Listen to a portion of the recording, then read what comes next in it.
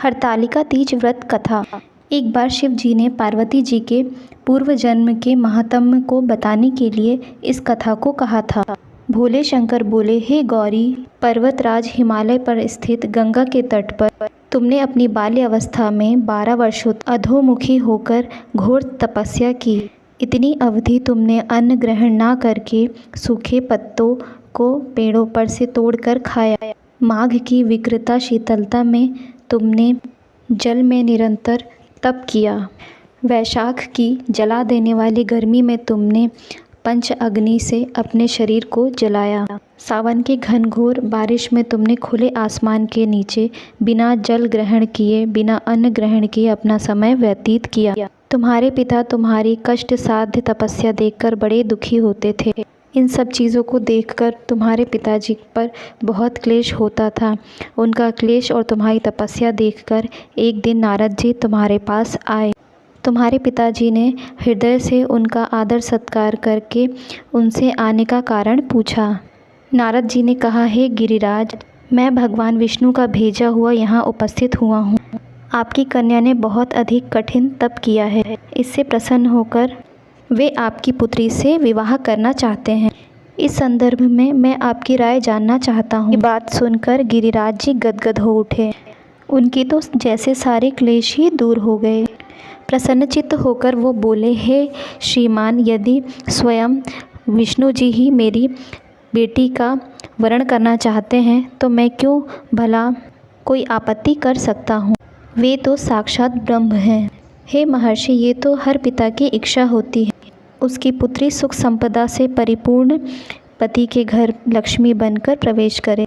हर पिता की यही इच्छा होती है कि उसकी पुत्री को उसके पिता के घर से ज़्यादा सुख उसके पति के घर में उसे मिले और वह अपने पिता के घर से ज़्यादा अपने पति के घर में सुखी रहे। तुम्हारे पिता की स्वीकृति पाकर नारद जी श्री हरि विष्णु जी के पास गए और उन्होंने तुम्हारे विवाह के निश्चित होने का समाचार सुनाया। परंतु यह बात जब तुम्हारे कानों में पड़ी तो तुम्हारे दुख का ठिकाना ना रहा। तुम्हारी सहेली ने तुम्हारा यह दुख देखा और उसने इस विक्षिप्तता का कारण जानना चाहा। तब तुमने बताया कि तुमने सच्चे हृदय से भगवान शंकर का वरण किया है, किंतु तुम्हारे पिता ने तुम्हारा विवाह विष्णु जी के साथ निश्चित कर दिया है। मैं अब विचित्र संकट में हूँ कि अब मैं क्या करूँ। प्राण छोड़ देने के अलावा मेरे पास कोई और उपचार नहीं है। तुम्हारी सखी बहुत ही समझदार और सूझबूझ वाली कन्या थी। उसने कहा, सखी, इसमें प्राण त्याग देने वाला क्या कार्य है। संकट के समय में हमेशा सूझबूझ से काम लेना चाहिए। नारी के जीवन की सार्थकता यही है कि जिसे एक बार मन में बसा लिया, हमेशा उसी के लिए जीवन पर्यंत जीना चाहिए। सच्ची आस्था और एक निष्ठा के आगे तो भगवान स्वयं भी झुकते हैं। मैं तुम्हें ऐसे जंगल के एक स्थान पर ले चलती हूँ जहाँ तुम्हारे पिता तुम्हें खोज भी ना पाए और तुम्हें वहाँ पर भगवान की आस्था और पूजा करने से कोई नहीं रोकेगा, और जो एक साधना स्थली भी हो। तुम साधना में लीन हो जाना। मुझे विश्वास है कि भगवान तुम्हारी सहायता ज़रूर करेंगे। तुमने ऐसा ही किया। तुम्हारे पिता तुम्हें घर पर ना पाकर बहुत अधिक चिंतातुर हुए। उन्होंने सोचा तुम पता नहीं घर से कहाँ चली गई, कहीं तुमने प्राण तो नहीं त्याग दिए हैं, क्योंकि वो भगवान श्री हरि विष्णु से तुम्हारे विवाह का संकल्प कर चुके थे। यदि श्री हरि विष्णु घर पर बारात लेकर आ गए और तुम घर पर नहीं मिली तो बहुत ज़्यादा अपमान होगा और बहुत ज़्यादा बदनामी होगी। मैं किसी को मुंह दिखाने लायक नहीं रहूँगा। यही सब सोचकर गिरिराज जी ने तुम्हारी ज़ोर शोर से खोजबीन शुरू कर दी। इधर तुम्हारी खोजबीन हो रही थी और उधर तुम अपनी सहेली के साथ अपनी साधना में लीन थी। भद्रपत्र शुक्ल हस्त नक्षत्र तृतीया का दिन था। उस दिन तुमने रेत के शिवलिंग का निर्माण करके व्रत किया। पूरी रात्रि जागरण करके नाच गाकर तुमने मुझे प्रसन्न करने के सभी कार्य किए। यही सब देखकर मेरा आसन डोलने लगा। मेरी तपस्या टूट गई और मैं तुरंत तुम्हारे पास जाकर जा पहुंचा। तुम्हारी तपस्या से प्रसन्न होकर तुमसे वर मांगने के लिए मैंने कहा। तब तुमने अपनी तपस्या के फल स्वरूप मुझे अपने समक्ष पाकर मुझे वर रूप में मांगा। तुमने कहा, यदि आप मेरी तपस्या से प्रसन्न होकर यहाँ पधारे हैं तो मुझे अपनी अर्धांगिनी के रूप में स्वीकार कर लीजिए।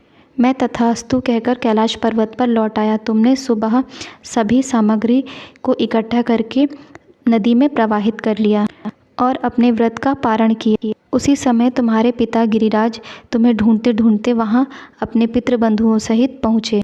उन्होंने तुम्हारी कष्ट साध्य समस्या को देखकर पूछा कि तुम यह साधना क्यों कर रही हो। उस समय तुम्हारे पिता गिरिराज जी को तुम्हारी दशा देखकर अत्यंत ही दुख आया और वो विलाप करके रोने लगे। तब तुमने उनके आंसू पोंछते हुए कहा, हे पिताजी, मैंने अपने जीवन का अधिकांश समय एक वन में तपस्या करके बिताया है।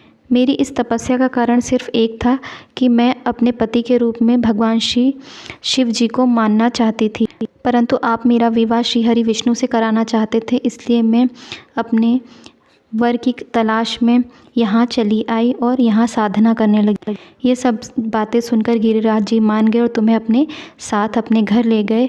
इसके बाद कुछ समय बाद आपका और भगवान शिव का विवाह हुआ। हे पार्वती, तुमने भद्रपद की शुक्ल पक्ष की तृतीया को भगवान शिव का शिवलिंग रेत से बनाकर उनकी पूजा आराधना की थी और ये आपको उसी दिन पति रूप में मिले थे। तभी से हरतालिका तीज का व्रत इस दिन किया जाने लगा। इस व्रत का यही महत्व है कि इस दिन जो भी कुंवारी लड़कियां इस व्रत को करती हैं उनको उनके मनपसंद के वर प्राप्त होते हैं। इसलिए सौभाग्य की इच्छा रखने वाली युवतियों को इस व्रत को ज़रूर करना चाहिए और इस व्रत को एक निष्ठा और आस्था से हमेशा करना चाहिए। भगवान शिव हम अपनी कृपा बनाए रखेंगे और उन्हें अपना मनपसंद वर हमेशा मिलेगा। इसलिए जो भी स्त्रियां इस व्रत को करें उन्हें सौभाग्य की प्राप्ति हो। बोलो नमः पार्वती पते, हर हर महादेव शंभू।